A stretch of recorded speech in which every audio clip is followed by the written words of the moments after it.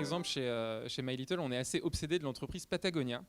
Mais c'est vrai que parfois, à force de regarder ces entreprises lointaines, on en oublie de regarder des entreprises plus proches, mais qui sont tout aussi inspirantes, tout aussi innovantes et tout aussi engagées. Comme par exemple Nature et Découverte, dont Antoine Lemarchand, le président, le directeur général, est avec nous ce soir. On peut l'applaudir, s'il vous plaît.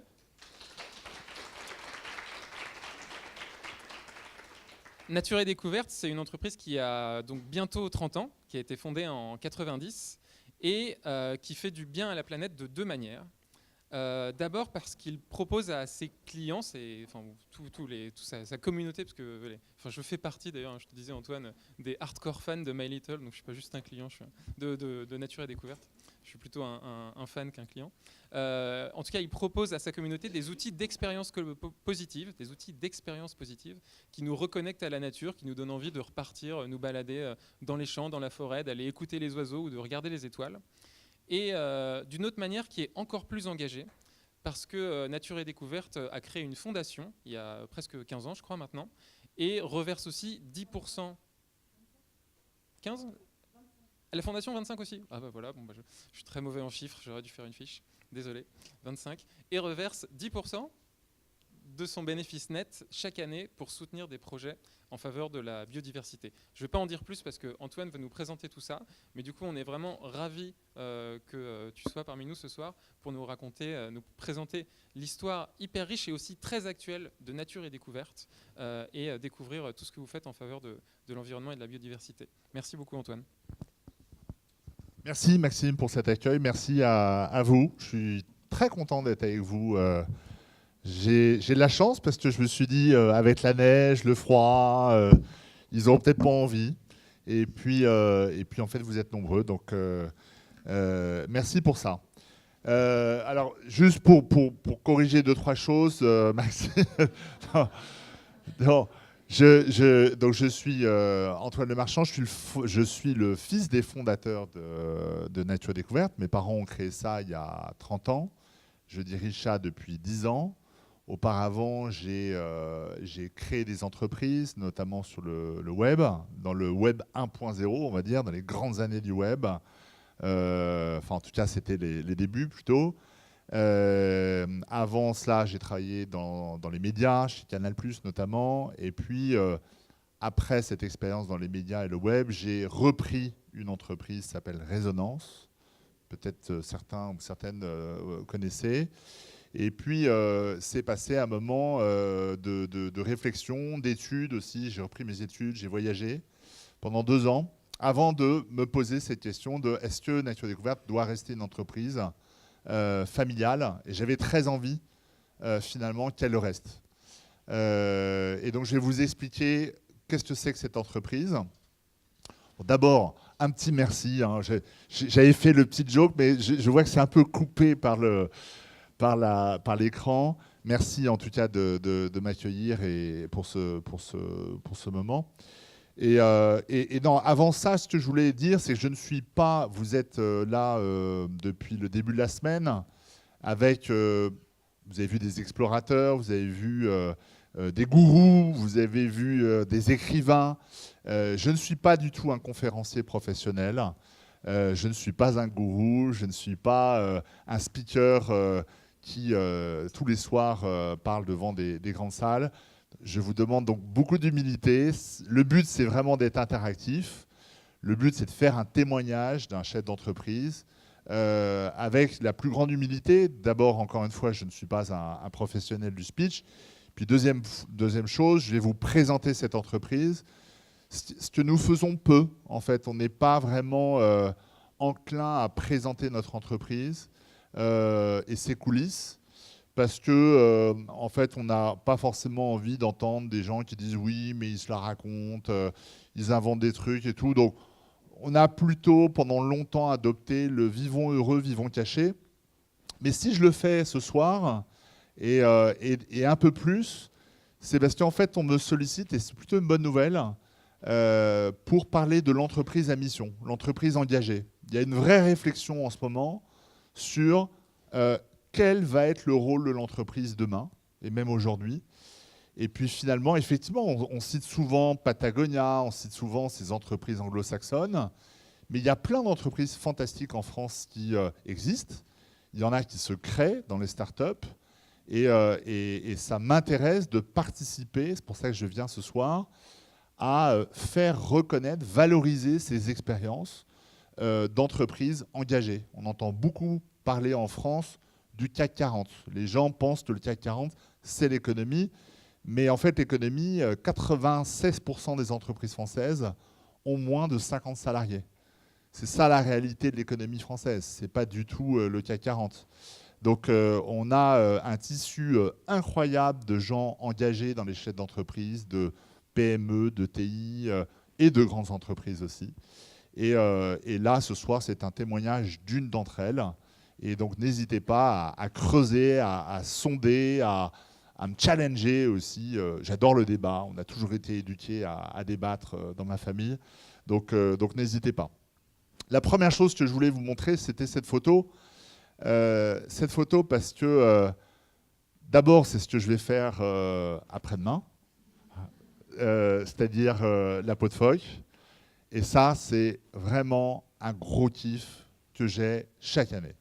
Chaque année, c'est d'aller faire la peau de phoque avec des copains. Là, c'est à Chamonix. Et c'est pour vous dire qu'avant tout, Nature Découverte, c'est une inspiration, c'est un amour profond, sincère de la nature, de sa majesté, de sa fragilité aussi, de l'émotion qu'on peut avoir quand on vit ces moments-là, où, vous voyez, même en vous en parlant, j'ai un peu d'émotion. Et le Nature Découverte a été créé comme ça, a été créé parce que ma famille, mes parents nous ont éduqués avec cet amour de la nature profond. Mais c'était aussi des commerçants. C'était des gens qui avaient créé, pour ceux, mais je vois plutôt des jeunes, hein, ceux qui connaissent un peu l'histoire du commerce, c'est Pierre Import. Ils avaient créé ça en 76, marchand de meubles un peu exotique en France. Et puis cette envie, en fait, je vais vous en parler, je vais un peu trop vite en besogne, mais ils ont eu cette envie de mêler ce sens des affaires, ce sens du business, mais aussi cette nature qu'ils aiment, cet amour de la nature, et de se dire comment peut-on concilier ces deux mondes qui souvent peuvent s'opposer. La nature, pour nous, c'est un lieu de ressourcement. C'est un lieu où moi, je vais à chaque fois. Il y a des gens qui, pour se déstresser, vont faire des séances de je sais pas quoi, de gourou, de méditation ou de gros stuff avec les copains. Moi, mon kiff. C'est vrai que mon kiff, c'est d'aller dans la nature, d'aller dans la forêt. Alors là, maintenant, on découvre qu'aller dans la forêt, ça fait du bien. On parle de bain de forêt même. Il y a des livres là-dessus. Je suis quand même halluciné de voir qu'il y a des bouquins là-dessus. Mais voilà, la nature est avant tout un lieu qui me permet de me recentrer, de savoir qui je suis, de savoir relativiser, puis savoir m'oxygéner. Et puis la nature, je la vis aussi de manière fun. On parlait de Patagonia. Patagonia, c'est un amour de la nature, mais c'est aussi du surf, c'est aussi de l'escalade, c'est de la montagne, c'est du ski. Moi, je suis plutôt, alors un peu montagnard, mais plutôt de la mer. Voilà, donc plutôt aussi du surf, du bateau, un peu de kitesurf. Voilà, et c'est cet amour de la nature qui me relie tous les jours à mon entreprise. On a été aussi éduqués avec cette citation du commandant Cousteau, qui est qu'on ne protège bien que ce que l'on connaît bien. C'est une phrase qui est simple, qu'on dit très souvent chez Nature Découverte. Finalement, elle part même de l'éducation. Finalement, on ne peut protéger que ce que l'on connaît bien. Alors, il y a une stat, par exemple, de l'Office national des forêts, c'est que 90% des gens dans la forêt ne vont pas au-delà de 500 mètres de la barrière d'entrée d'une forêt. Pourquoi ? La peur de l'obscurité, du loup peut-être, des autres, du sauvage. Il y a cette peur un peu de la nature, et cette peur peut être aussi la cause du fait qu'on ne protège pas la nature. On ne sait pas la fragilité de la nature, on ne la connaît pas, on ne connaît pas sa biodiversité.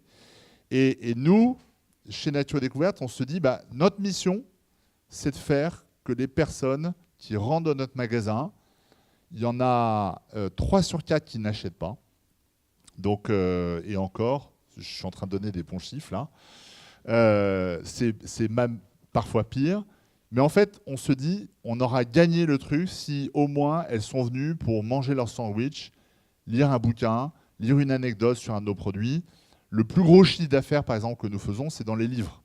On fait près de 20% de notre chiffre d'affaires en librairie. On vend 4 millions de livres par an. Et on est très fiers de ça. Ce n'est pas un métier d'avenir, on va dire, parce que le livre, ça se vend, c'est plutôt un business stable, voire en baisse. Ce n'est pas des bonnes marges. Mais en revanche, c'est un moyen pour éduquer les gens. Et puis à côté de ça, nous avons tout l'univers de jeux jouets. Nous vendons des paires de jumelles, nous vendons des sacs à dos. Tout ça, ce sont des petites excuses que nous vendons ou que nous mettons à disposition de nos clients pour aller découvrir la nature, apprendre la nature, pour, in fine, un jour, la protéger. Alors, ça y est, mes slides sont toutes emmêlées. Nos lectures, alors mes parents m'ont dit, bon écoute, c'est bien, fils, mais si tu veux diriger Nature Découverte, il faut déjà que tu lises tous ces bouquins. Il y en a plein d'autres, il y en a des récents, il y en a des plus vieux. Alors vous allez me dire, qu'est-ce que fait Corto Maltese là-dedans? Bon, ça c'était le côté un peu fun, c'est-à-dire il faut s'éclater et puis voyager aussi, parce qu'il y a des bouquins qui sont assez sérieux. Les entreprises humanistes, c'est un livre qui est sorti il y a 2 ans, qui a eu beaucoup de succès aux arènes. Je vous invite vraiment à le lire, de Jacques Lecomte. Small is Beautiful dans les années 70, qui expliquait justement toute cette économie au service de l'environnement, l'écologie, puis de l'humain. Et puis, évidemment, le livre d'Yvon Chouinard, dont mon père a fait la préface pour la version française, fondateur de Patagonia, qui a été vraiment un gros... pour Nature Découverte, on s'est beaucoup inspiré de Patagonia. Et nous faisons des ponts réguliers, nous discutons régulièrement avec les équipes de Patagonia afin de voir comment on peut s'améliorer de part et d'autre. Ils ont pris aussi des idées chez nous, Frenchies. Et puis aussi toute cette nouvelle éducation autour du conscious capitalism, qui est de se dire, voilà, capitalisme positif, comment peut-on avoir un capitalisme plus raisonnable, plus long terme. Là, c'est un livre de John Mackay, qui est le fondateur de Whole Foods, donc qui est aussi une vraie inspiration pour nous aux États-Unis. Alors, je vous parle beaucoup des États-Unis parce que mes parents et moi-même avons aussi été formés en partie aux États-Unis. Donc on fait régulièrement ces voyages pour se rebrancher sur ces nouvelles idées. Et finalement, la bonne nouvelle, c'est que l'Europe devient à la mode pour ces gens-là. À chaque fois que vous discutez avec eux, ils vous disent mais Antoine, c'est vous maintenant qui êtes à la mode. C'est plus les US. On a un président que vous connaissez et on voit que les États-Unis vont vers un modèle qui nous échappe. Et l'Europe nous paraît être un endroit du monde où il y a cette envie, en tout cas. Elle est trop lente pour certains, c'est trop des petits pas pour d'autres. Mais en revanche, je suis sûr d'une chose, en voyageant beaucoup, c'est que l'Europe devient une source d'inspiration pour beaucoup d'Américains. Donc, apprends ça. Et puis, au bout d'un moment, Nature Découverte, après avoir lu ça, après avoir eu cette idée de se dire on aime la nature, on aime le business, comment on peut concilier les deux, eh bien, on a commencé à coucher les choses par écrit. Ça, c'est un extrait d'un carnet de mes parents en 1990. Vous voyez, Chapilly, c'est l'endroit où on va en Corse. Et puis, voilà, c'est couché par écrit, vous voyez, c'est pas un PowerPoint, c'est pas un Excel. Nature Découverte a été fait sans aucune étude de marché, rien du tout. C'est comme disent les Américains, from the guts, hein, des tripes, l'envie. Et puis, quand mes parents ont créé ça, et on était aussi dans la famille, tous les dîners familiaux le soir, on en parlait, les logos, qu'est-ce que ça va être, le nom, ça va être comment, les magasins. Donc on a tous été vraiment partie prenante de ce concept. eh bien, comme vous le voyez ici, vous voyez que cette participation de la famille s'est faite à tous les niveaux. Alors, c'était une époque où j'avais beaucoup plus de cheveux à droite, en haut, vous voyez. J'étais en train de faire une pub pour des jumelles.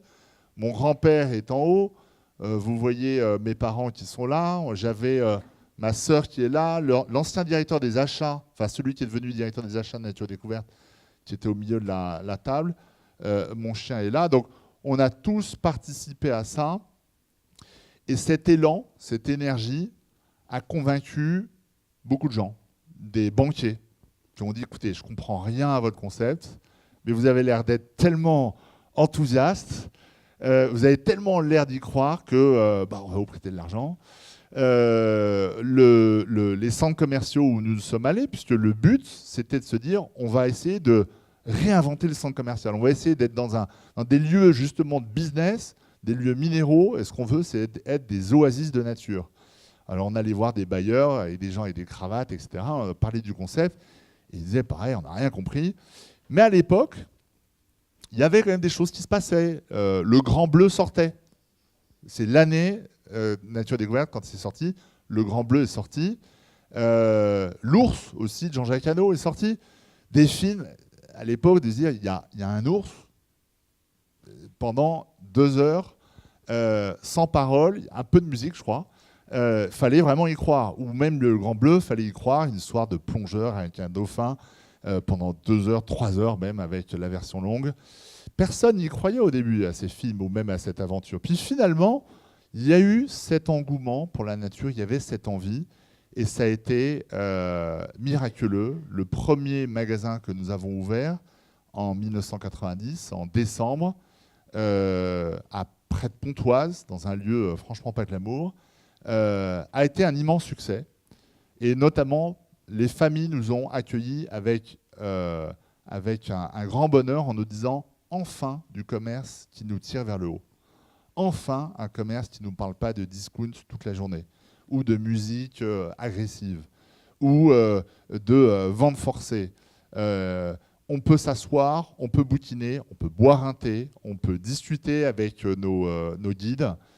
Beaucoup d'entre eux sont diplômés de géographie, d'océanographie, de physique. On a des naturalistes et ces personnes-là adorent parler avec les clients. Et nos premiers clients ont dit mais c'est un truc, c'est une rupture totale par rapport au commerce que l'on connaît. Le deuxième magasin qu'on a ouvert au Forum des Halles. Alors le Forum des Halles, là aujourd'hui, c'est safe. C'est un endroit plutôt clean, c'est sympa et tout. Moi, quand je suis allé au Forum des Halles à l'époque, j'étais horrifié. Je me suis dit de toute façon, je vais revenir en chaussettes, en caleçon. Je vais me faire braquer. Le deuxième magasin qui a ouvert, c'était au Forum des Halles. Ça sentait la frite. Il y avait un McDo. Il y a toujours un McDo d'ailleurs à côté de nous. Et c'était cette rupture, en fait, le contraste saisissant avec le reste du commerce, le contraste saisissant de comment on voit le client, comment on essaie de le tirer vers le haut, a fait le succès de Nature Découverte. Et l'aventure est née. Alors aujourd'hui, Nature Découverte, qu'est-ce que nous voulons faire? Nous voulons être l'entreprise qui est la plus qualitative, c'est-à-dire que qualitative, c'est que nous voulons une croissance qualitative. Nous ne cherchons pas à ouvrir plein de magasins par an. Par contraste, des grandes enseignes de textiles, c'est 250 à 300 ouvertures par an. Nous, c'est en moyenne 2 à 3.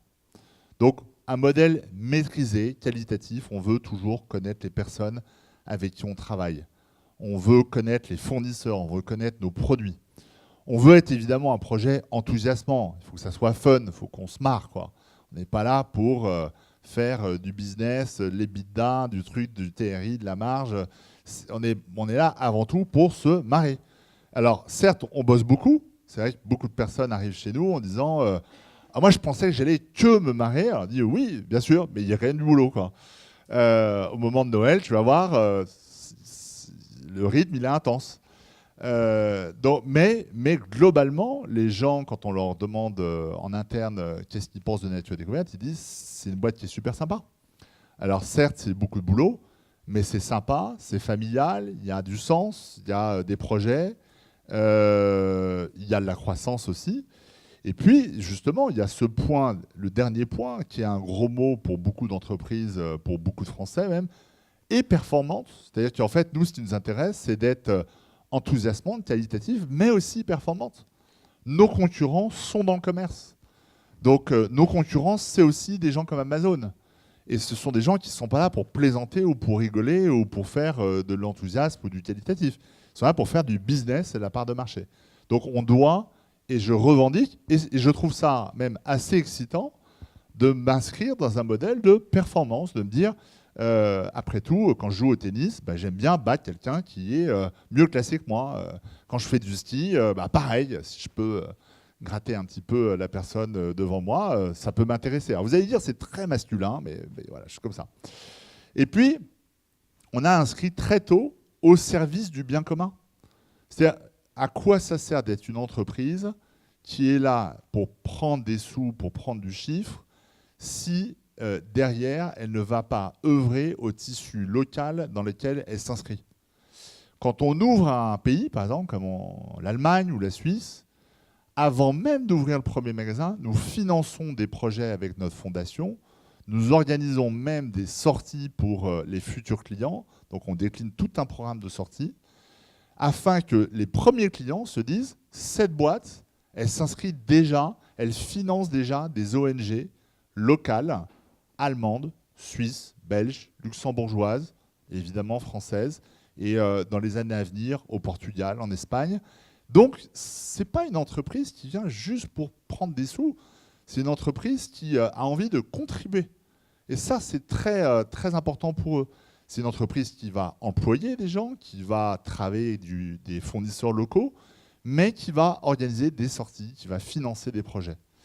Vous voyez, le bien commun, typiquement, un exemple récent, c'est la mise en place de l'arrondi. L'arrondi, ça permet au niveau local d'arrondir vos achats quand vous achetez quelque chose chez nous à l'euro supérieur ou à ce que vous voulez. Vous arrondissez. Si vous êtes à 14,70 €, vous pouvez arrondir à 15 €.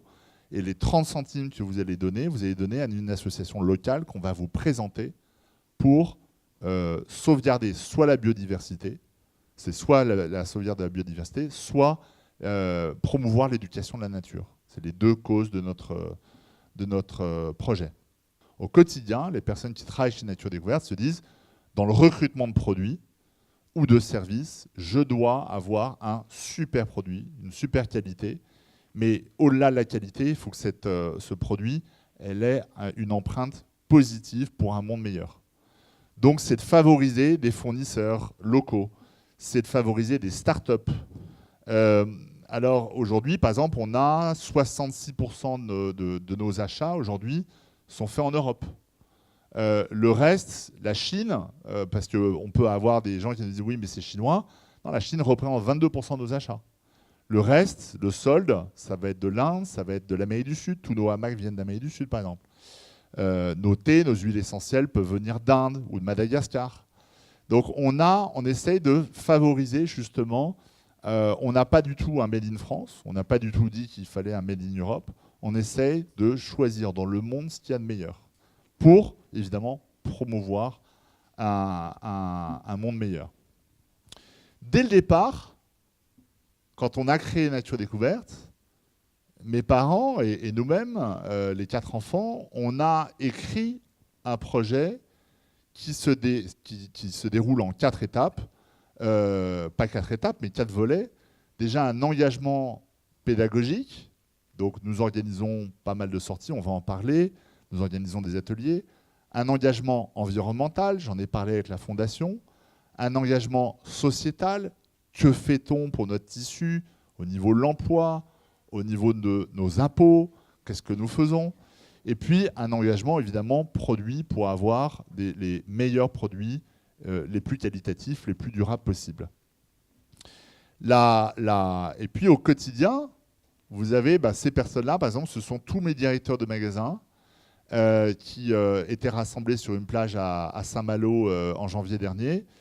Et quand on leur demande « mais pourquoi tu bosses chez Nature Découverte ?» la phrase qui revient le plus souvent « Alors, je l'ai écrite un peu au-dessus. C'est, moi, en fait, ce que j'aime, c'est travailler pour une entreprise, pour concilier l'efficacité de l'entreprise avec la sincérité d'une ONG. C'est ça qui me branche. C'est vraiment les deux. C'est la sincérité d'une ONG. Je ne veux pas me dire c'est du pipeau, c'est du greenwashing, il n'y a rien derrière ça. Mais ça m'intéresse aussi d'avoir l'efficacité de l'entreprise.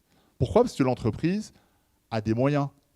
Elle a des équipes, elle a des moyens financiers, elle a de l'influence, elle a des réseaux sociaux, et puis elle est organisée aussi, l'entreprise. Malheureusement, on voit aussi beaucoup de gens qui viennent d'ONG nous dire c'est super sincère, mais j'ai passé mon temps à chercher des sous, c'est le bazar. Voilà. Et vous avez compris que c'est ça, moi, qui me faisait lever le matin. C'est de me dire, si j'arrive à faire que ça continue d'exister, on a gagné notre pari. Le fait d'être sincère comme une ONG et aussi efficace comme une entreprise. Alors, tout ça, on peut dire, ouais, bon, Antoine, c'est bien, mais ça, on l'a entendu plein de fois.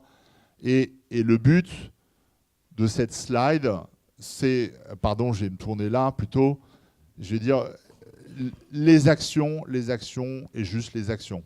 Hein, on n'est pas là pour communiquer les intentions, on est là pour un peu parler des actions. Et encore, cette slide, finalement, vous la verrez jamais dans un Nature Découverte.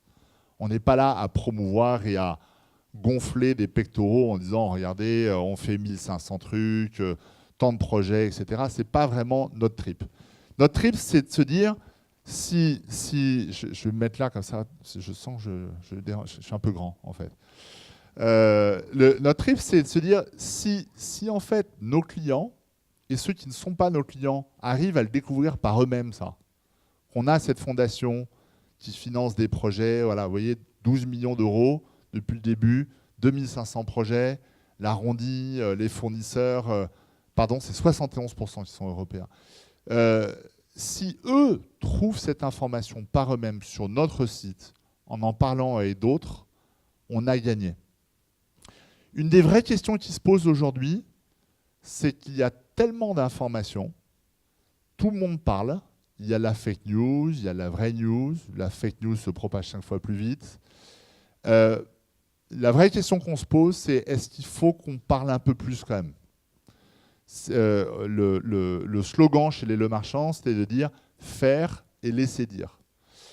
Or, à l'époque où tout le monde parle, tout le monde dit n'importe quoi, tout le monde raconte ses intentions, alors que nous, on fait des actions, est-ce qu'il ne faut pas, à un moment, parler un peu plus de nos actions ? Même des gens qui rentrent chez Nature Découverte, au bout de 6 mois, on fait un petit interview de débrief, et les deux choses qui viennent, c'est qu'ils disent « on bosse beaucoup plus que ce que je pensais. Hein. » Mais j'ai quand même une bonne nouvelle, c'est que je ne pensais pas qu'on faisait autant de trucs dans cette boîte, quoi. D'ailleurs, je ne comprends pas tout, parce que l'arrondi par rapport à la fondation, et puis l'euro qu'on donne quand on souscrit à la carte, c'est quoi ? Ça rentre dans les 10%, pas dans les 10% et tout. Globalement, ce qu'il faut retenir, ce n'est pas 10% qu'on donne, c'est l'équivalent de 15%. 15% de notre résultat net, c'est ce que l'on donne via notre fondation, via l'arrondi, via la carte, l'euro que nous donnons à chaque fois que quelqu'un achète une carte à 6 € chez nous pour être membre du club. Donc, ça fait de nous une entreprise qui est effectivement très généreuse. Quand je montre ça à des banquiers, ils disent « mais t'es fou, t'es un malade, on pourrait maximiser ton EBITDA demain, on pourrait faire que ta boîte, elle crache à mort. » Et je lui dis « si tu fais ça, tu craches ma boîte. » À long terme, pas tout de suite, mais si demain, Nature Découverte, on sent qu'il n'y a plus cet engagement, d'abord je perds les gens que je vous ai montrés, parce qu'il n'y aura plus la sincérité de l'ONG, mais je peux aussi perdre des clients qui ont découvert par eux-mêmes qu'on faisait des choses. Mais encore une fois, et j'aimerais bien avoir votre avis après, quand on va parler ensemble, c'est faut-il ou pas plus parler de ces engagements à ce jour, si on veut, par exemple, embarquer d'autres entreprises avec nous pour essayer de faire, pour œuvrer pour le bien commun. Alors, l'actu un peu de nos engagements, alors c'est pas vraiment un engagement, mais c'est quand même une actu, enfin c'est un engagement aussi, ouais, quand même, financier en tout cas. C'est notre nouveau siège. Dans 2 mois, on déménage dans un nouveau siège à Versailles. On a construit complètement ce siège. C'est 3400 mètres carrés qui sont en bois. Alors ça ne se voit pas là-dessus, mais tout est en bois CLT pour ceux qui aiment ça, donc de forêt européenne. Et c'est des modules de bois qui sont inscrits par exemple dans une charpente métallique qui était une ancienne halle de la SNCF. Donc on fait ça, c'est un énorme projet pour nous, de manière à regrouper toutes nos équipes sous un même toit, évidemment pas celle des magasins, et devenir un lieu très créatif, un lieu aussi cohérent par rapport à Nature Découverte, là où aujourd'hui nous sommes en grande banlieue, dans un siège qui n'est pas très cohérent, mais efficace. Voilà. Donc là, on s'inscrit dans Versailles, qui est une ville qui veut beaucoup travailler son aspect écologique. Tout le monde connaît évidemment le château de Versailles, mais le maire de Versailles a le souhait d'avoir des entreprises qui s'inscrivent dans ce souhait de devenir une ville très écologique. Typiquement, juste à côté, nous avons loué pour un certain nombre d'années un espace pour construire un champ en permaculture. C'est juste à côté, ceux qui connaissent Versailles, c'est la gare de Versailles-Chantier. Et 3000 mètres carrés qu'on a pris depuis le printemps dernier. Et là, ça y est, nous avons les premières productions. Nous avons Gilles, qui est à droite, Gilles de Grotte, qui est quelqu'un en reconversion. Il était consultant dans une tour à la Défense, en stratégie, puis un jour, il en a eu marre.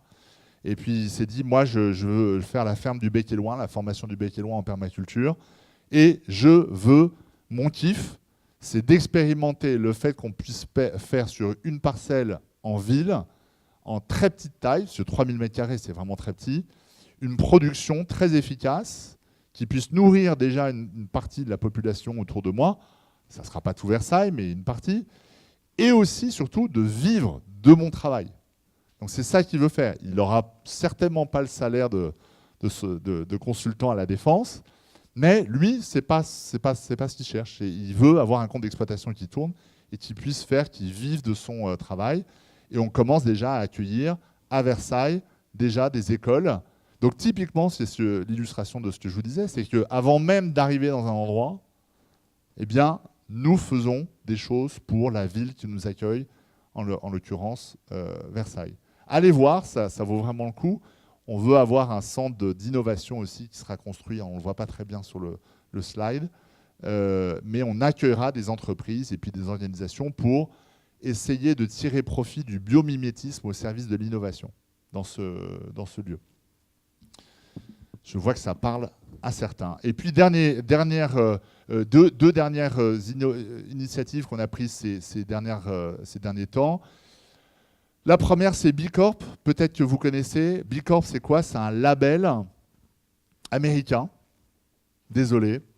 Ça nous aurait vraiment plu d'avoir un label européen, mais il se trouve que c'est un label américain qui, aujourd'hui, arrive à regrouper près de 4000 entreprises dans le monde. Donc c'est le label des entreprises engagées, qui s'est imposé aujourd'hui. Nature et Découverte a été la première entreprise à prendre ce label. C'est un label très exigeant sur le social, l'environnemental, le corporate aussi, sur la gouvernance d'une entreprise, sur finalement toutes les parties prenantes qu'il y a autour d'une entreprise. Et aujourd'hui, en France, vous avez 70 boîtes qui font partie de B Corp. Évidemment, Patagonia aux États-Unis l'est. Dans les grands que vous connaissez, vous avez Ben & Jerry's aussi qui sont connus. Mais finalement, vous avez beaucoup de PME, beaucoup de petites entreprises. On voit que les grosses entreprises n'en font pas partie. Alors, pas par manque d'envie, c'est parce que c'est très complexe de devenir B Corp. Et si vous voulez devenir B Corp, il faut que toutes vos filiales, par exemple, soient B Corp. Donc Danone est B Corp aux États-Unis, veut être B Corp mondialement. C'est un choix vraiment impactant pour eux. Et beaucoup de gens disent oui, mais bon, c'est du greenwashing. Au contraire, moi je pense qu'il faut saluer l'initiative. Parce que s'il y a des boîtes du CAC 40 qui sont en train de faire ça, c'est qu'il y a quelque chose qui est en train de changer. Et ça, c'est plutôt la bonne nouvelle. Parce qu'au bout d'un moment, quand vous aurez d'autres boîtes devant vous, vous dites « Toi, t'es pas B Corp ?» « Ah ouais, bon, comme tu veux. » Voilà, donc première Bicorp, et je prends plus le micro pour effectivement emmener des entreprises. Je sais que Decathlon se pose la question, je sais que Bonduel est en avance là-dessus, on a Leroy Merlin. Alors c'est vrai que le nord de la France est plutôt avancé sur ces entreprises engagées à mission, probablement parce que c'est aussi un capitalisme familial. Voilà, bon. Et puis dernièrement, ce que vous avez vu, c'est cette année, en 2018, l'arrivée massive du Black Friday. En fait, c'était né en 2015, le Black Friday, sauf qu'en plein milieu des attentats, c'était pas facile. On ne pouvait pas vraiment en parler. 2016, les commerçants se sont dit, est-ce qu'on en parle quand même pas, c'est peut-être un peu tôt. 2017, ça a été fort, et 2018, ça a été massif. C'est-à-dire qu'aujourd'hui, les commerçants se disent, si on ne fait pas le Black Friday, on est juste mort. Ce qu'ils ne savaient pas, c'est qu'en plus de ça, il y a les gilets jaunes au mois de décembre. Donc beaucoup ont fait ça. On fait du moins 50, moins 60, moins 70%, poussé par le digital et notamment un gros site américain qui met beaucoup de commerçants à genoux à faire de la promo dans tous les sens. Alors, je sais, je ne suis pas là pour faire le tire-larme, mais c'est important. Je vous parle aussi de l'efficacité, de la performance des entreprises. Le but, c'est que si demain, moi, je fais beaucoup de choses généreuses et des promos dans tous les sens, je ne serai plus là. Et donc, ce que je fais ne sert à rien. Et nous, en fait, on s'est dit, on ne va pas faire ça. On va faire, en fait, des réductions. Donc, on a fait des réductions, vous voyez, ça, c'est nos vitrines. Mais en fait, on s'est dit qu'on allait... alors là, les clients ont dit, ouah, 90%. On a même des clients fidèles qui ont dit, mais vous allez mourir, vous ne pouvez pas vivre avec 90%. Et puis, en fait, elles se sont approchées et elles ont vu Fair Friday, qu'est-ce que c'est que ce truc-là? Et elles ont vu ça. Elles ont vu qu'en fait, toute notre communication, c'est de dire, nous, on ne va pas faire de Black Friday, on ne va pas faire promo, on veut juste vous parler des réductions qui comptent, c'est celle de la biodiversité. On est alarmé par le fait qu'aujourd'hui, 60% de la faune et de la flore sauvage ont disparu dans les 50 dernières années. C'est-à-dire que toutes les 20 minutes, selon l'UICN, vous avez une espèce végétale ou animale qui disparaît. Toutes les 20 minutes. C'est-à-dire que là, depuis que je parle, il y en a peut-être 3 ou 4 qui ont disparu. Il y en a qui apparaissent, mais sauf que le rythme de disparition de la biodiversité est complètement hors de contrôle aujourd'hui. Alors, il y a 4 ans, tout le monde s'en foutait, disait, oh là là, de toute façon, c'est un truc d'écolo. Là, aujourd'hui, les gens commencent à poser des questions en se disant, mais si les abeilles disparaissent, il n'y a plus de pollinisation, il y a 80% de ce que nous mangeons aujourd'hui dépend des pollinisateurs. C'est tout bête, hein? S'il n'y a plus d'abeilles, il y a un vrai impact sur la nourriture que nous mangerons. Et ça, c'est très concret. Donc, en fait, on s'est dit, nous allons parler de la biodiversité, nous allons inciter les gens à venir dans nos magasins, signer des pétitions. À chaque fois qu'ils signent une pétition, nous donnons 1 € à l'ONG qu'ils désirent par rapport au projet de biodiversité qu'ils veulent protéger. On avait les océans, on avait les espèces sauvages, on avait... qu'est-ce qu'on avait d'autre? On avait les pollinisateurs. Donc, en fait, les clients choisissaient l'ONG qu'ils voulaient, ils signaient leur pétition, ils peuvent aussi aller s'inscrire à cette ONG, et à chaque fois qu'ils signent, nous donnons 1 €. Ensuite, on a distribué des cabas pour que les gens puissent faire leurs courses. Donc, le but, c'était... Les gens n'étaient absolument pas forcés d'acheter là-dedans. Vous signez une pétition, vous pouvez partir. D'ailleurs, beaucoup de gens l'ont fait sans acheter quoi que ce soit. Et nous avons reversé 30 000 € à ces associations suite à ce week-end. Et c'est un début de réponse à ce que je vous disais tout à l'heure. Je vous disais, est-ce qu'il faut qu'on communique un peu? En fait, ça, c'est le début de, finalement, une entreprise engagée, une entreprise à mission.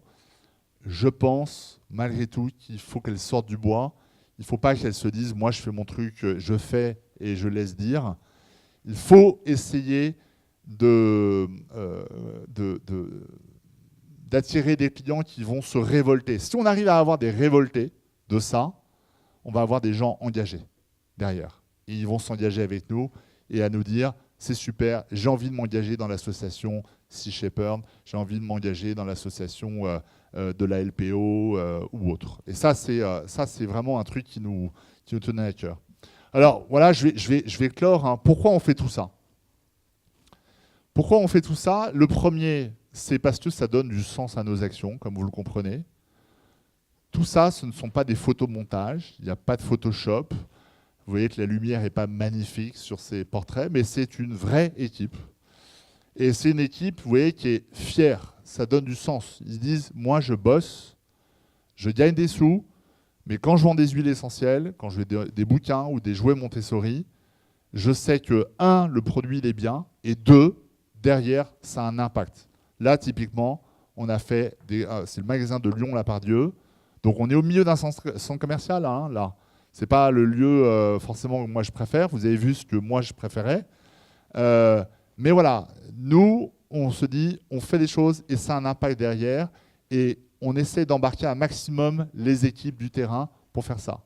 On a 1200 personnes qui travaillent chez Nature Découverte. Deuxième chose, parce que ça nous reconnecte à l'essentiel. Parler de la nature, c'est se reconnecter. C'est le but même de Nature Découverte. C'est reconnecter les gens à la nature. Donc, protéger ça, on a des équipes qui nous disent merci, c'est super, parce que ce n'est pas que de l'Excel, ce n'est pas que de la vente, c'est aussi des moments où quand je vais dans la nature, je suis avec mes équipes, je suis avec ma famille, et j'ai appris, j'ai découvert des choses que je ne connaissais pas sur la nature. La troisième chose, c'est que ça nous responsabilise sur là où va l'argent. Tous les gens de Nature Découverte, toutes les équipes savent exactement où vont les sous. Ça, c'est quand même un point où beaucoup de boîtes aujourd'hui ont dit, mais très bien, vous nous demandez un objectif d'EBITDA ou de résultats nets et tout, mais pour paraphraser une fameuse gilet jaune, où va le pognon? Où va le pognon? Qu'est-ce que devient l'argent?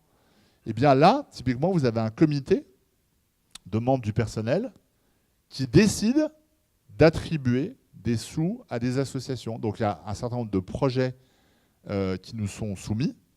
Et ça, ce sont que des gens du personnel qui vont décider, oui ou non, de financer un projet. Alors on a beaucoup de refus. Hein. Il y a beaucoup de charlots aussi. Il y a des associations qui ne tiennent pas bien ou qui font juste un dossier avec les mots-clés pour nous attirer. Alors ils mettent permaculture, bio, sustainable... rupture technologique, enfin tout le bullshit qu'on connaît par cœur, mais ça on a un logiciel qui sait enlever le bullshit, et on voit très bien quels sont les projets qui vont avoir de l'impact, qui sont raisonnables aussi sur les budgets, parce que parfois on a des budgets aussi pour financer quelqu'un qui va être payé 50, 60 000 euros à l'année, vous dites bon c'est bien hein, pour une ONG, c'est plutôt bien payé, donc on va beaucoup impliquer notre personnel là-dedans, nos équipes. Et puis aussi parce que, pourquoi on fait ça? Parce que c'est rentable. On s'est dit, ah, ça y est, le capitalisme sort. Non, en fait, ça c'est une courbe que j'ai eu beaucoup de mal à trouver. C'est pas moi qui l'ai imaginé. Mais c'est beaucoup de personnes dans le monde de ceux qui sont attirés par les B Corp me disent, bon, c'est bien tes salades, Antoine, mais est-ce que ça rapporte quand même ton truc? Et en fait, la courbe qui est là, elle est très simple à comprendre. Là, vous avez les performances financières, et puis là, vous avez les performances sociales et environnementales. Et en fait, la courbe, elle est en U, vous l'avez vite compris. C'est si vous faites rien au niveau social ou environnemental, vous pouvez avoir de bonnes performances financières. J'ai des amis qui dirigent des fonds d'investissement, ils en ont mais alors absolument rien à faire du social et de l'environnemental. En fait, pas vraiment. Leur tendance, c'est de dire, ma boîte fait de l'argent, et avec l'argent que je gagne, je fais ce que je veux. Et donc, c'est par exemple les Américains avec le Giving Pledge, qui disent, moi, je gagne, et avec cet argent, je vais financer des choses. Mais c'est en dehors de la sphère de la boîte. Ça, c'est très anglo-saxon. Et le modèle européen est plutôt un modèle qui est à l'autre extrême, qui est de dire nous voulons pousser la performance sociale et environnementale et ça rapporte. Pourquoi? Parce qu'au bout d'un moment, vos clients disent, ta boîte, si c'est à prix comparable, je vais la favoriser plutôt qu'une autre. Si c'est à prix comparable ou s'il y a un petit delta que j'accepte, je vais le favoriser. S'il y a un gros delta, c'est plus compliqué. La pire des choses, c'est de faire les choses à moitié. Et ça, c'est tout ce qu'on appelle le greenwashing. Donc des gens qui disent, je vais faire ça, je vais changer mes bouteilles de plastique, je vais avoir une fondation et on va faire truc, et ça, ils sont dans le milieu. Et eux, c'est des gens qui sont voués à être morts. Parce qu'au bout d'un moment, en fait, ces intentions, cette volonté, mais ce manque d'action, fait que ça pèse. Et vous avez des clients qui sont citoyens. Je ne vous fais pas toute la messe du consommateur, de l'éco-citoyen. Vous connaissez ça par cœur. Mais voilà, typiquement, cette courbe montre qu'on ne peut pas faire les choses à moitié. Soit on est le devil, mais on y va, et on y va à fond. Enfin, pardon d'exagérer, mais c'est un modèle très anglo-saxon. On gagne de l'argent et c'est le dirigeant et les dirigeants qui font ce qu'ils veulent de l'argent. Soit on est une boîte qui incorpore même dans son modèle d'affaires d'être performant socialement et environnementalement. Et c'est performant. Nature Découverte, ça a 30 ans. On gagne très bien notre vie. Mais nous avons Patagonia, tout à l'heure, qui citait. Patagonia marche très très bien, très fort. Ils font des croissances phénoménales qu'ils essaient même de freiner. Vous avez des entreprises comme Biocop, très engagées. Vous avez des entreprises comme la Camif, qui est revenue de ses cendres. La Camif ne marchait pas du tout il y a quelques années. Emery Jacquia, qui s'occupe de ça, est en train de redresser considérablement la Camif, en la poussant justement le plus possible vers la performance sociale et environnementale. Alors, le dernier point, c'est pourquoi faire ça? Parce qu'il y a une immense attente aussi sur le rôle des entreprises. Comme vous l'avez compris, et c'est ça qui est intéressant, c'est un extrait, cette slide, du baromètre de la confiance d'un bureau de communication qui s'appelle Edelman, qui vient d'ailleurs de sortir son nouvel opus avant-hier. Donc là, pardon, c'est l'étude de 2018, si vous voulez avoir des chiffres plus frais, mais je les ai lus récemment. Concrètement, ce baromètre, c'est de demander, c'est un immense baromètre avec un échantillon colossal au niveau des pays, c'est 38 pays dans le monde. Et on demande aux gens, est-ce que vous avez confiance, notamment sur les 4 institutions qui font tourner un peu la boutique du monde. La première, c'est les ONG. La deuxième, c'est les business. La troisième, c'est le gouvernement, l'État.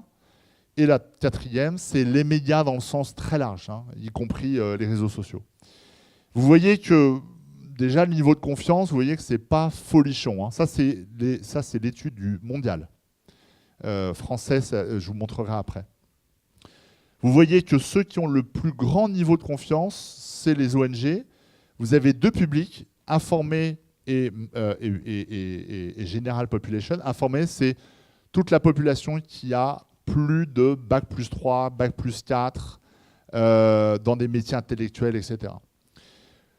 Donc vous voyez que les ONG, plutôt bon crédit, même si c'est en baisse auprès du public informé, mais c'est le plus haut. Les business, c'est le second acteur. On voit les histogrammes, excusez-moi, c'est les 2 années qui viennent de s'écouler. C'est 2018 versus 2017. Business est en légère baisse, mais vous voyez que c'est au même niveau pour le public informé, mais même pour la population générale, c'est quasiment au même niveau que les ONG. Tout à l'heure, je vous ai parlé des business ONG. Donc, il y a une attente très forte auprès des entreprises pour jouer et même peut-être se substituer aux ONG, mais aussi peut-être, et c'est ça qui est dangereux, aussi à l'État. De plus en plus de publics se disent, vous au moins les entreprises, vous allez régler notre problème, parce que les médias, le gouvernement ne peuvent plus rien faire. Et ça, c'est une thèse que moi, je prends avec précaution, puisque je dis les entreprises peuvent faire et doivent faire plus, c'est évident. De là à se substituer à tout, non. Pourquoi? Parce que déjà, notre temps de travail passé dans les entreprises n'est pas si fort dans notre vie. C'est 12% de notre temps éveillé, notre temps de travail.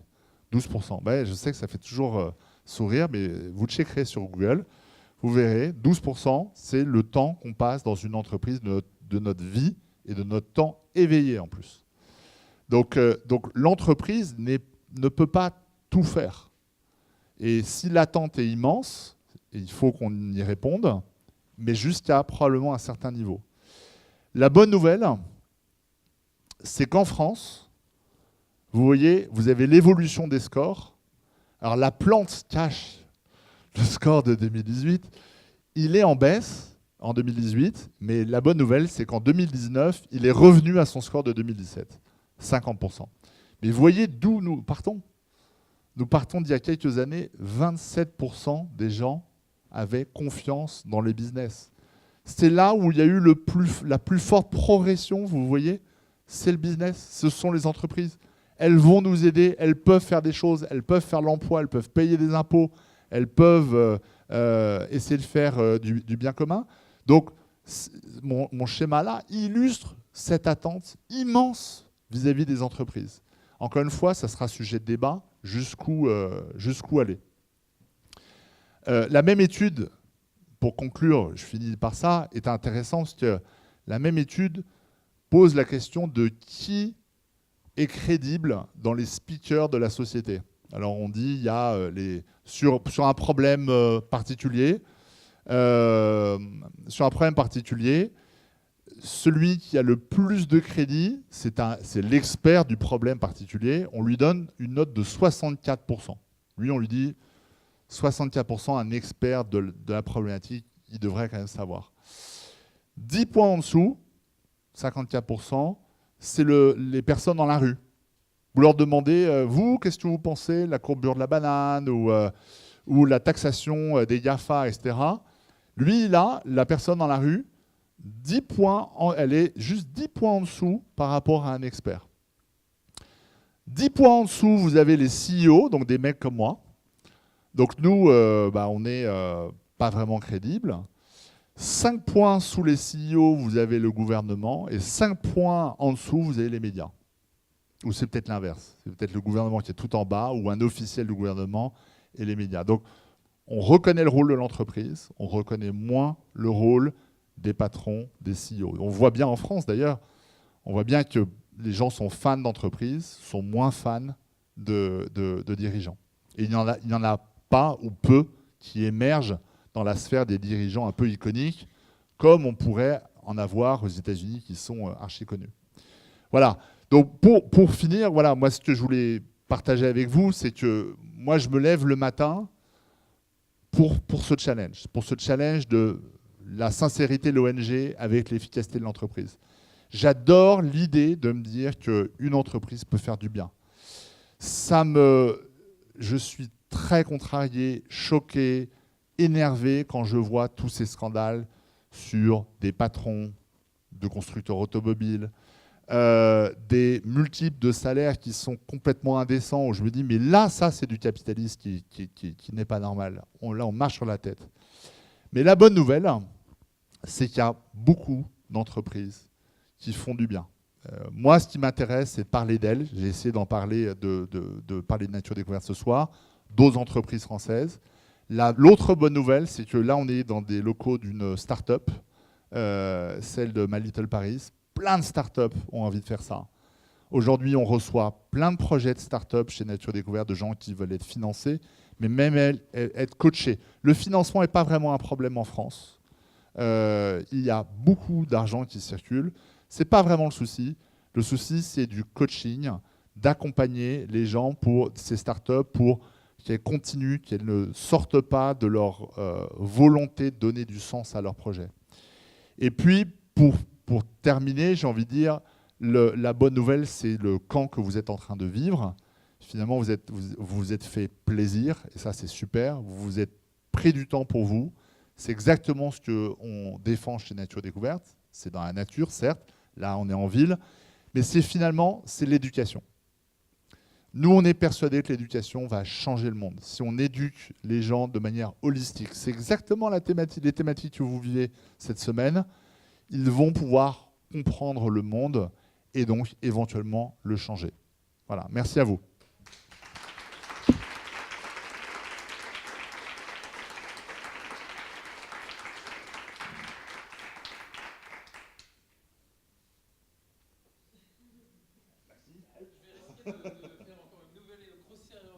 titre, mais non, mais en vrai, non, mais merci beaucoup Antoine. Hein, c'est, enfin, bon, je sais pas si on a besoin de micro d'ailleurs, mais merci beaucoup pour ce témoignage. Je pense que c'est hyper.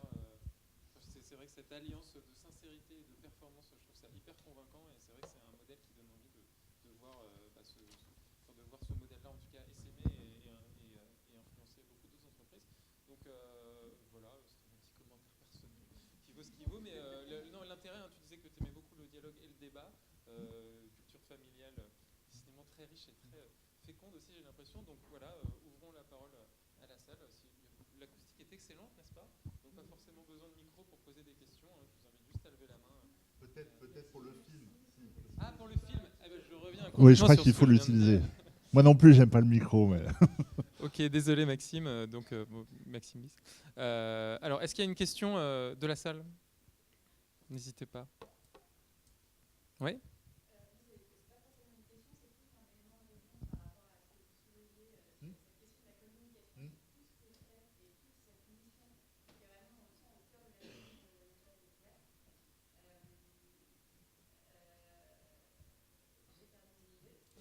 Non, vous vouliez dire, vous vouliez suggérer, est-ce qu'il faut plus communiquer ou moins?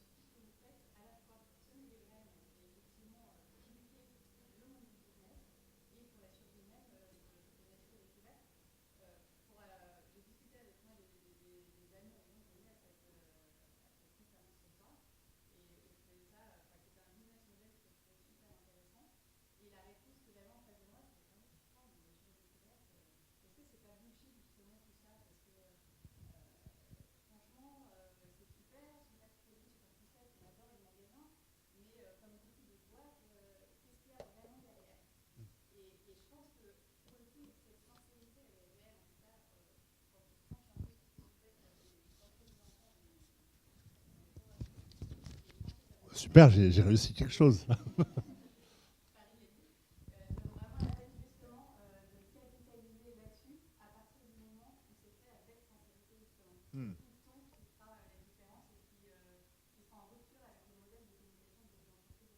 J'allais dire qu'en tant que CEO, tu partais avec un handicap net Oui. en termes de crédibilité, Ouais. que tu as réussi à surmonter. Bravo, c'était pas gagné. Non, mais merci cet apport. Et c'est une vraie question qu'on se pose. Hein, et quand je vous parlais de la parole du CEO, effectivement, c'est de se dire, qui doit parler du coup? Qui doit parler de ça? Est-ce que c'est moi? Est-ce que c'est les équipes? Est-ce que c'est les clients? Apparemment non, puisque vous avez des amis, je ne sais pas s'ils sont clients, j'en sais rien, mais qui n'ont pas perçu ça. Donc, c'est une vraie question. Aujourd'hui, les leaders, alors j'aime pas ce mot, puis je n'estime pas du tout être un leader iconique du business, du capitalisme français, hein, loin de là, mais n'ont pas de crédit. Et donc à un moment, je me dis, oui, faire des petites conférences entre nous, comme ça ne me pose pas de souci, mais finalement, est-ce que je peux arriver à convaincre ou à parler auprès du grand public sans à un moment être taxé de ouais, mais bon, Antoine Lemarchand, il a des paradoxes. Ben oui, évidemment que j'ai des paradoxes. On n'est pas parfait, et en grattant, évidemment qu'on trouvera des trucs qui ne sont pas parfaits chez moi. Mais, donc c'est une vraie question. Mais c'est bien parce que Fanny est là pour nous aider. elle vient de chez Little Paris. Moi, je suis hyper d'accord avec ce que vous disiez, parce que, indépendamment du fait de savoir si on l'a en interne, il y a le facteur éducatif qui est hyper important, notamment pour les jeunes. Je pensais à tous ces problèmes de nature, de perte des espèces animales diverses et variées. Et il n'y a aucun relais dans les médias, il n'y a absolument aucun relais. Si vous écoutez une radio, par exemple, vous pouvez, et puis vous faites du business, et dans l'absolu, c'est super important, je pense, par rapport aux populations plus. Et puis vous êtes producteur vous-même. En fait, ça fait 30 ans que vous êtes sur nous, vous travaillez justement avec efficacité et justement la sincérité et d'essayer de travailler pour quelque chose qui ait du sens aussi sur le bien commun. Aujourd'hui, c'est une préoccupation quand même de façon généralisée, et vous avez été précurseur là-dessus, vous avez aussi une véritable expertise. Et vous disiez aussi, il y a beaucoup de startups qui ont peut-être aussi la même envie, et puis derrière, de passer au concret, de réussir l'alchimie entre les deux, et justement, vous avez une vraie expertise là-dessus, et vous êtes aussi complètement justifié à en parler. Alors après, est-ce que vous êtes la meilleure personne pour en parler, et surtout à quel auditoire? Parce que ça se pose, la communication, elle se pose, c'est pas forcément toujours la même personne qui doit parler à tous les auditoires. Et là-dessus, je suis sûre que même les ressources en interne sont capables d'avoir peut-être aussi le ressenti de savoir qui est la meilleure personne pour parler. Ne serait-ce qu'une conférence comme celle-ci. La meilleure personne, c'est intéressant. L'étude que je vous montre, c'est si vous avez juste 10 points entre un expert qui a un PhD, j'en sais rien moi, d'études spatiales, un Thomas Pesquet, sur l'espace, et que vous voyez que finalement quelqu'un dans la rue a juste 10 points de moins que Thomas Pesquet, qui a fait je ne sais pas combien, bac plus 15 sur l'espace, ben finalement la réponse on l'a déjà, c'est que finalement les meilleures personnes pour en parler, c'est le grand public. Donc du coup, comment faire pour infuser auprès du grand public? Donc nous, ce qu'on essaie, c'est de faire des actes. L'arrondi aide beaucoup. L'arrondi, ça a été vraiment un super truc parce que c'est très quotidien, tout le monde comprend, c'est très concret. Maintenant, il y a même des boîtes qui font l'arrondi sur salaire. Et ça a beaucoup aidé nos clients à dire « Ah bon, vous avez une fondation? Bah ouais, ça fait 25 ans qu'on l'a. Ah bon, mais écoutez, ça fait 25 ans que j'achète chez vous, j'ai jamais su. » Et effectivement, ils en parlent. Sur des projets parfois qui font sourire, mais par exemple, les chauves-souris, c'est la biodiversité, les chauves-souris sont en vraie voie de disparition en France. À cause des sources lumineuses, de la pollution, et puis du manque d'endroits pour nicher à cause de l'urbanisation. Alors quand on dit, voilà, vous faites l'arrondi pour aider telle association en faveur des chauves-souris, on a des clients qui éclatent de rire, qui disent mais vous rigolez, vous faites des trucs pour les chauves-souris. Mais finalement, ils en parlent après. Ils disent à leurs copains, bon, bah, avec mes 15 centimes, mes 17 centimes, j'ai filé un coup de main aux chauves-souris. C'est bien. Non, juste pour rebondir sur ce que tu disais, mais c'est vrai que moi, ce que j'ai découvert aussi en préparant un peu ta venue, mais c'est une légitimité, une preuve du modèle. Plein d'entreprises, en tout cas, sont tentées d'aller dans cette direction, hésitent à s'y impliquer totalement et du coup restent un peu dans les eaux troubles du greenwashing, qui essaye d'être sincère, mais qui est plutôt un engagement en fait, qui n'ose pas aller trop loin. Et là, il y a le côté, en fait, 25, bon bref, décidément les chiffres, Amandine, salut. Non mais bref, une longévité, une pérennité, une croissance qui justifie énormément la chose. Et ensuite, moi j'avoue que ça m'interpelle que tu te poses la question aussi de qui soit l'interlocuteur le mieux placé pour poser ça, parce que dans ta bibliographie d'inspiration, il y avait quand même pas mal de CEO justement qui ont porté cette parole-là dans les livres. Yvon Chouinard, c'est quand même une personnalité extrêmement médiatique. Après, voilà, il y a c'est des CEO qui sont un peu à part et qui eux, bénéficient d'une crédibilité hyper forte, en fait. Aux États-Unis. Ouais. En France, personne ne les connaît. Et puis, en plus de ça, vous voyez, typiquement, le label B Corp, le next move du label B Corp, c'est de faire en sorte qu'on ait des avantages fiscaux à être une B Corp. Comme aux États-Unis. Aux États-Unis, il y a des vrais avantages fiscaux. Aujourd'hui, en France, ça coûte cher, ça rapporte pas grand-chose, les gens ne connaissent pas, et vous n'avez pas d'avantages fiscaux. Quand vous en parlez aux députés français, puisque nous, moi, je discute assez souvent avec eux, on en a même pris en stage chez Nature Découverte pour qu'ils comprennent quel est le monde de l'entreprise. Ils disent, certains disent, oui, mais B Corp, c'est américain. Créer un label français ou européen, et dans ce cas-là, nous, députés, on créera une loi pour toi, pour vous aider au niveau fiscal. Donc à un moment, c'est dire, mais quel est mon rôle, quoi? Est-ce que mon rôle, c'est de créer? Est-ce que c'est de faire un peu de lobbying auprès de ces députés? Est-ce que c'est de parler? Donc c'est des vraies questions. Je suis en toute transparence et sincérité avec vous. Mais par rapport au chef d'entreprise dont tu parles, Ce sont des Américains. En France, nous n'aimons pas nous dire qu'un chef d'entreprise peut être inspirant. Il n'y a pas de chef d'entreprise aujourd'hui qui inspire les Français. Je parle généralement. Je ne parle pas à Paris, dans le monde des startups, évidemment, on connaît. Et au mieux, en France, on dira Yaniel, qui est inspirant, mais c'est tout. Je re-regardais la page qui permettait de réserver des billets pour ta conférence et il y avait en footer une citation de Mark Twain qui disait « C'était impossible, alors ils l'ont fait ». Ils ne savaient pas que c'était impossible, alors ils l'ont fait. Bon, bah, ça va peut-être changer. Hein. Mais bon, je comprends du coup l'obstacle quand même. Est-ce qu'il y a d'autres questions dans la... Ouais. Première remarque, plus une question, et j'ai plein d'autres questions, mais je vais commencer par une remarque. Plutôt une frustration en fait. Parce que vous dites que vous n'êtes pas iconique, que vous n'êtes pas nécessairement la bonne personne pour parler de ce que vous faites. Moi, je suis vraiment pas d'accord avec ce que vous dites, et je pense que c'est essentiel que vous en parliez, parce qu'aujourd'hui, les gens qui parlent le plus sont les gens qui en savent le moins, et ceux qui en savent le plus parlent le moins. Et en fait, vous êtes, je pense, une des personnes qui en savent le plus. Moi, je suis entrepreneur et j'ai aussi envie de m'engager, et j'aimerais avoir des personnes pour me coacher justement ou à suivre, ne serait-ce que par les conférences, effectivement, qui sont engagés comme ça et qui ont un modèle de réussite, un modèle qui est vertueux et qui protège l'environnement. Donc je pense que voilà, cette frustration-là est liée au fait qu'aujourd'hui, sur les réseaux sociaux notamment, ce sont des gens qui en savent le moins, qui en parlent le plus. Donc je vous demanderais si et qui se propagent. De parler plus, parce que c'est une belle réussite et je pense que vous pourriez être vraiment pénible en France sur ce modèle. C'est le but de ma présence.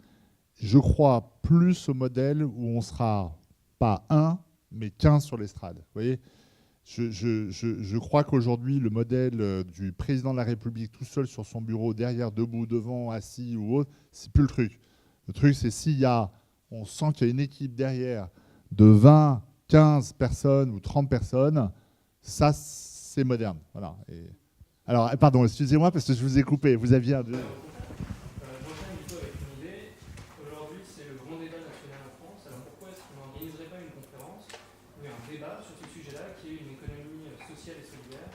possible et qu'elle soit une économie vertueuse, parce que je pense qu'aujourd'hui on en manque cruellement en France, et effectivement comme vous le disiez au début de la conférence, l'Europe a cette faculté-là, par son histoire et par aussi le positionnement géopolitique qu'on a entre l'Asie qui a cette culture aussi de la nature et les États-Unis qui ont la culture business, de véhiculer de nouvelles valeurs. Et en fait je pense que ce serait très important dans le cadre de ce débat de porter ces valeurs-là, et je pense qu'on a une chance qui est inouïe en France aujourd'hui qui est que ce débat soit organisé. Il faut qu'on s'en empare, et j'aimerais, en tout cas moi, à titre personnel, j'aimerais bien que des gens comme vous puissiez le faire. Ouais, tout à fait. Merci de cet apport. À titre très personnel, c'est ce que je me suis dit. Je me suis dit, au tout début, par rapport à ces débats, je me suis dit, c'est pas mon truc. J'ai pas envie de faire mon cahier de doléances en disant tous mes malheurs. Enfin, vous avez compris que j'avais une éducation qui était assez américaine et qui est malgré tout de se dire... j'ai envie de passer plus de temps sur ce qui va que sur ce qui ne va pas, même s'il faut évidemment être clairvoyant sur ce qui ne va pas. Et c'est évident, mais il y a plein de choses qui vont aussi, quoi. Mais on n'en parle pas. Donc, à titre très personnel, je vais faire partie de débats. Je me suis renseigné vraiment comme n'importe quel citoyen. Je vais le faire dans ma ville. Et je vais essayer effectivement de contrebalancer cette fameuse question, ce fameux duel entre l'économique et l'environnemental. En fait, il y a un débat. On voit bien qu'à chaque fois qu'on parle, alors c'est vrai que le jargon, c'est taxe carbone. Quand on parle de la fiscalité du diesel, etc., les gens ne comprennent pas vraiment le grand projet de ça.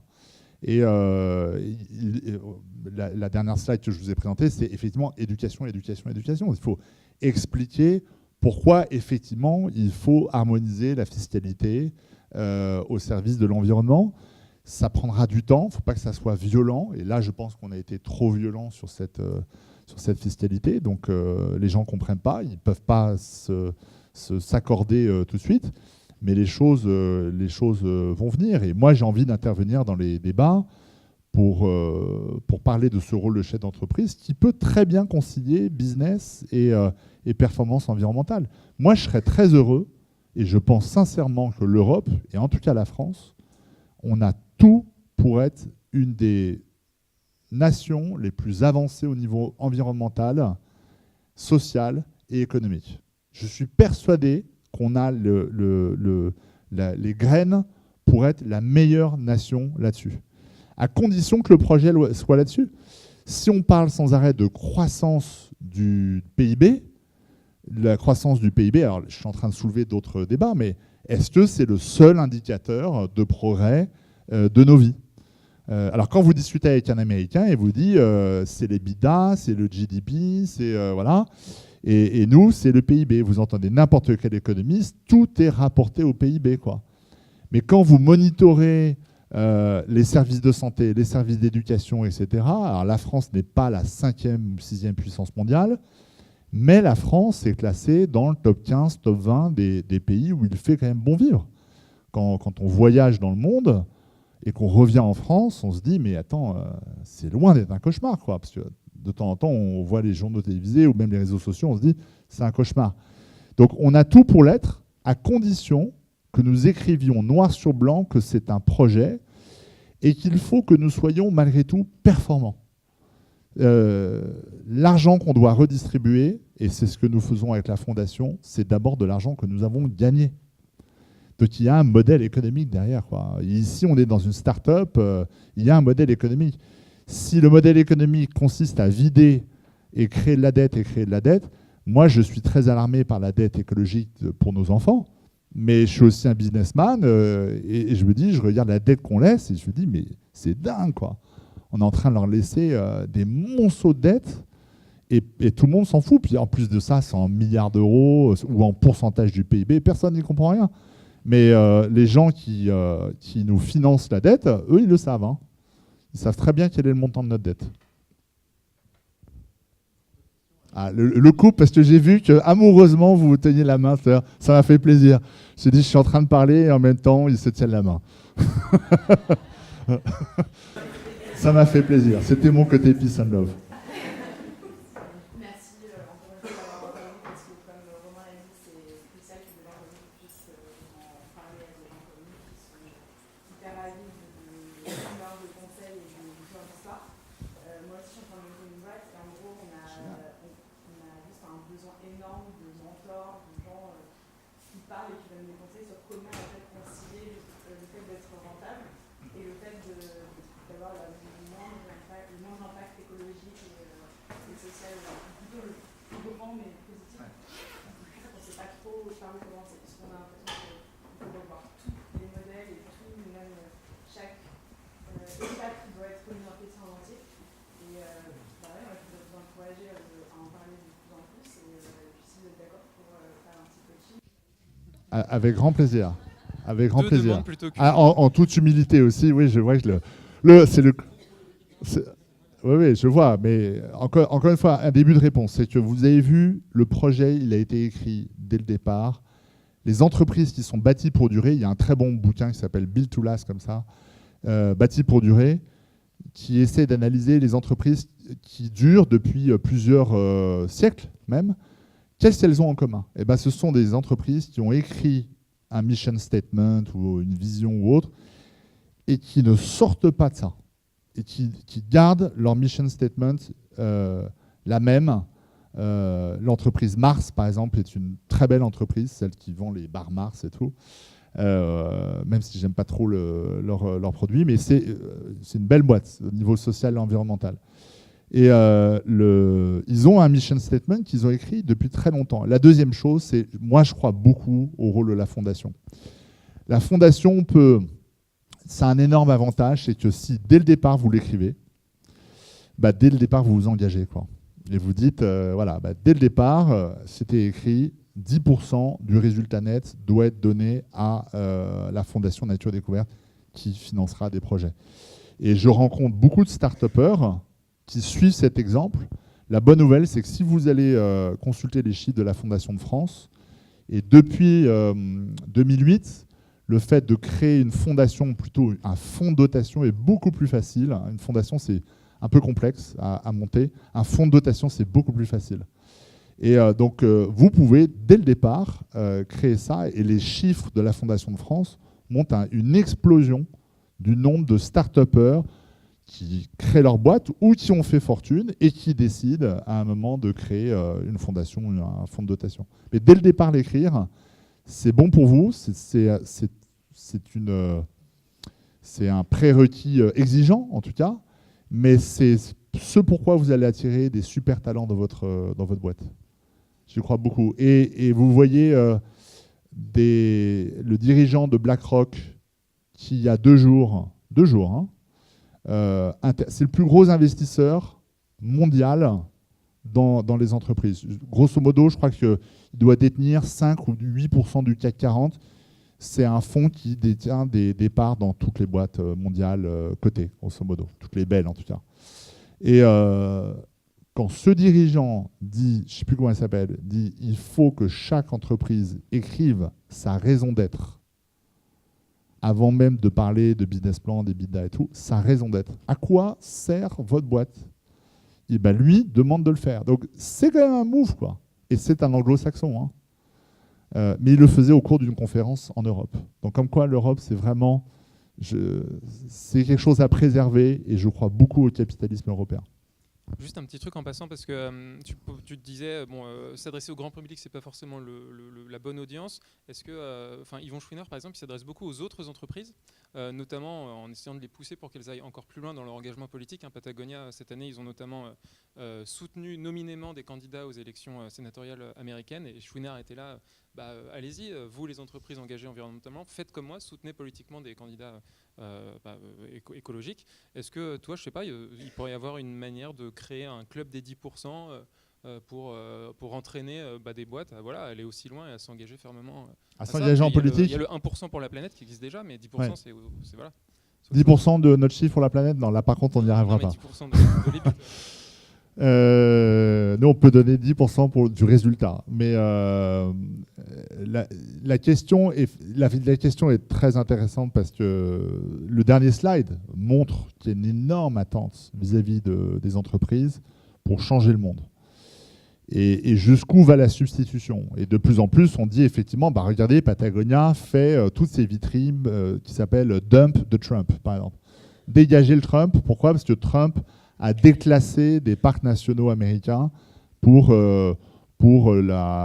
qu'il y ait des constructions et puis aussi du gaz de schiste au niveau de ces parcs nationaux. Donc c'est un immense déchirement.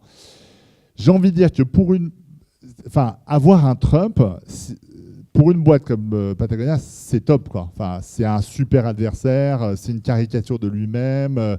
Voilà. On n'a pas ça, Dieu merci. En France, aujourd'hui, on est très loin de ça. On est très loin de la caricature. Moi, on m'a demandé si je voulais intervenir en politique, notamment aux dernières législatives. Et c'est très compliqué pour un chef d'entreprise. Ma question, c'était pas tellement sur l'application politique, sur l'émulation inter-entreprise, en fait. Oui, inter-entreprise, il n'y a pas de souci. Quand on est un modèle, comment est-ce qu'on entraîne les autres à sa suite? Chouinard fait ça en politique et je me disais que sur le modèle 10%, ça pouvait être peut-être... Oui, c'est le principe de B Corp. Typiquement, B Corp est ça. Donc les 70 boîtes françaises aujourd'hui, on se voit quasiment tous les mois, dans le but d'être 200, 300 dans quelques années. Mais la question revient, d'y revenir, est-ce qu'on va au-delà de notre job? Est-ce qu'aujourd'hui, la parole d'un patron va pour un candidat? Est-ce que Nature Découverte pourrait demain faire des vitrines en disant fait suer tel président ou fait suer tel sénateur ou tel député? Je pense qu'on n'en est pas prêt pour le moment. Nous, ce qui nous intéresse, c'est pas forcément combattre, c'est plutôt révéler. Moi, j'ai vraiment envie de révéler ceux qui font des bonnes choses. Les écoles, c'est ce qu'on finance. Ils ont déjà des questions comme ça. Ouais. Il n'y a pas longtemps, c'était un lycée, c'était des préparateurs dans l'école.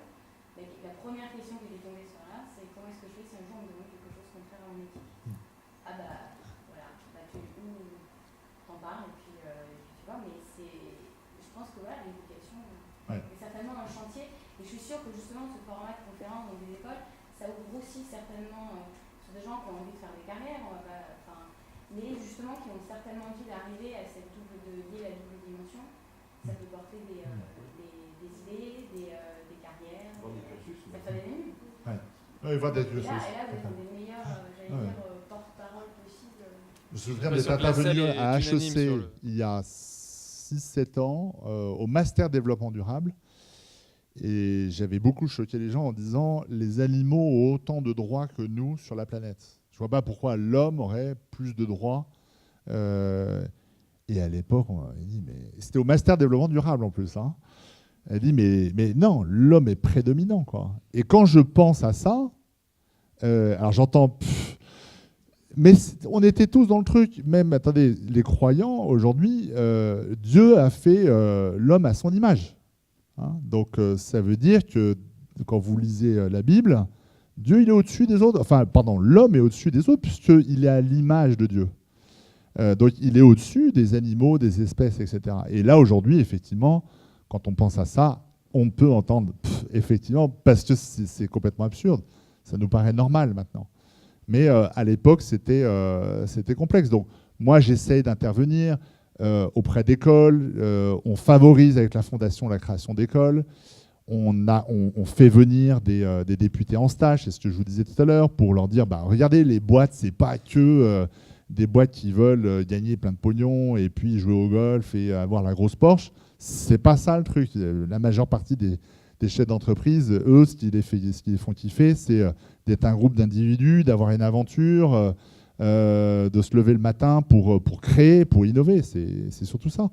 Voilà. Donc il y a beaucoup à faire au niveau de l'éducation économique, sociale, environnementale. Sociale, on a une bonne culture en France. Environnementale, ça se développe. Économique, pas vraiment. On a le temps pour une dernière question avant de se retrouver pour manger un petit truc. Hein. Peut-être des personnes qui n'ont pas encore parlé. Bonsoir, c'est quoi la trajectoire que vous souhaitez pour l'entreprise dans les 10 années à venir? C'est quoi les gros chantiers que vous voyez pour que la boîte puisse continuer à vivre tout simplement Alors, c'est bien parce qu'en fait, vous êtes une audience assez polie. En fait, il y a... non, mais il y a un débat. Il y a un débat qui est, malgré tout, moi, chaque matin, je me lève et je me dis, je suis un chef d'entreprise, je fais du commerce. Et le commerce est souvent vu comme le diable de l'environnement. Parce qu'on produit des déchets, on utilise la nature pour exercer. Alors, vous allez me dire, le commerce, mais n'importe quelle boîte, d'ailleurs. Et nous-mêmes, à titre individuel, nous le faisons. Donc, dans les grands challenges que je me fixe, c'est de faire qu'une part de notre chiffre d'affaires soit beaucoup plus immatérielle que matérielle aujourd'hui. Donc très clairement, moi je serais très heureux si d'ici 10 ans, je peux faire au moins le quart de mon chiffre d'affaires avec de l'immatériel. De l'immatériel, c'est de l'éducatif, c'est des conférences, c'est des expériences aussi, de vivre des expériences, c'est faire du tourisme, faire de la formation, du tourisme intelligent. Voilà. Pourquoi ? Parce que, d'abord, parce qu'on est comme ça. Nous, dans notre famille, juste la famille Le Marchand, qui a fondé Nature Découverte, le sapin de Noël, il y a 15 ans, on ne pouvait pas le voir, tellement il y avait de cadeaux devant. Et puis là, maintenant, on peut vraiment le voir parce qu'il n'y a presque aucun cadeau, il n'y a que des petites enveloppes. Parce qu'on dit, voilà, moi, ma grand-mère, elle a 91 ans, elle n'en a rien à faire d'avoir un produit en plus, quoi. Donc, en fait, ce qu'elle veut, c'est juste passer à un dîner avec moi et qu'on aille voir une pièce de théâtre. Donc, c'est ça l'immatériel, vous voyez ? Et en fait, toute notre génération, aujourd'hui, elle est intéressée par ça, par ces moments, par ce loisir, par apprendre des choses. Le meilleur cadeau que vous pouvez faire aujourd'hui à quelqu'un, certes, nous, on vend des produits qui sont des excuses, hein, comme je vous l'ai dit. C'est une paire de jumelles pour aller observer les étoiles ou les oiseaux ou autres. Mais le mieux, c'est quand même de dire, je te vends un truc, mais je te vends aussi l'expérience avec pour apprendre la permaculture, pour apprendre les étoiles. Là, lundi matin, il y avait une éclipse de lune. Je ne sais pas si vous avez eu l'occasion de la voir, mais c'était fantastique. Bon, il fallait se lever tôt, entre 4 et 7 heures. Mais ça nous aurait branché de dire pourquoi vous ne venez pas avec nous à l'Observatoire de Meudon, on se fait un petit groupe, et c'est une prestation qu'on vend.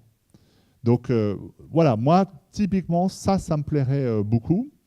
Plus d'immatériel. Et puis l'autre point, c'est une entreprise probablement plus politique. Voilà. Et donc, la question de Maxime était bonne tout à l'heure, c'est comment aborde-t-on ce côté politique, puisque de toutes les manières, il y a une attente, et cette attente, elle va être grandissante des citoyens vis-à-vis des entreprises. Comment on s'empare du politique? Et je parle de l'entreprise, je ne parle pas forcément de moi-même, hein, même si vous avez compris que ça, parfois ça me tentait. Il est pile 20h30, donc tu restes encore un tout petit peu après avec nous. Voilà, bon, du coup, si vous avez d'autres questions, on va se retrouver autour de l'apéro. J'ai 2 choses à dire avant de finir. La première, c'est que les parents d'Antoine ont sorti ce livre qui s'appelle donc En explorateur et qui raconte leur parcours, leur jeunesse, leur envie. J'ai pas fait d'erreur de chiffres pour faire. Arrêtez la science-fiction. Pardon. Non, ils racontent leur jeunesse, leur envie de créer Pierre Import, puis Nature et Découverte. C'est un super parcours entrepreneurial qui est bourré de plein de références de livres vraiment qui sont à lire en ce moment. Et c'est même très frappant quand on dit ça, on se dit que c'est vraiment une entreprise qui pourrait être un parcours, un raisonnement qu'on pourrait avoir aujourd'hui, tellement en fait c'est totalement pertinent et totalement d'actualité. Alors, c'est épais, mais il y a plein d'images. Hein. Ah, mais, ça peut faire peur. Hein, voilà. Non, en vrai, les photos sont magnifiques, parce que la mère est plutôt dans La mère est photographe. les photos sont vraiment très belles. Et dernière chose quand même, parce qu'on a eu des témoignages épars, mais je me disais que ce serait pas mal peut-être en dernière question de vous demander qui pense que Antoine Lemarchand va aller porter son témoignage au-delà de la salle de conférence de My Little Paris. À main levée, s'il vous plaît. Bon, ouais. Merci. Bonne journée.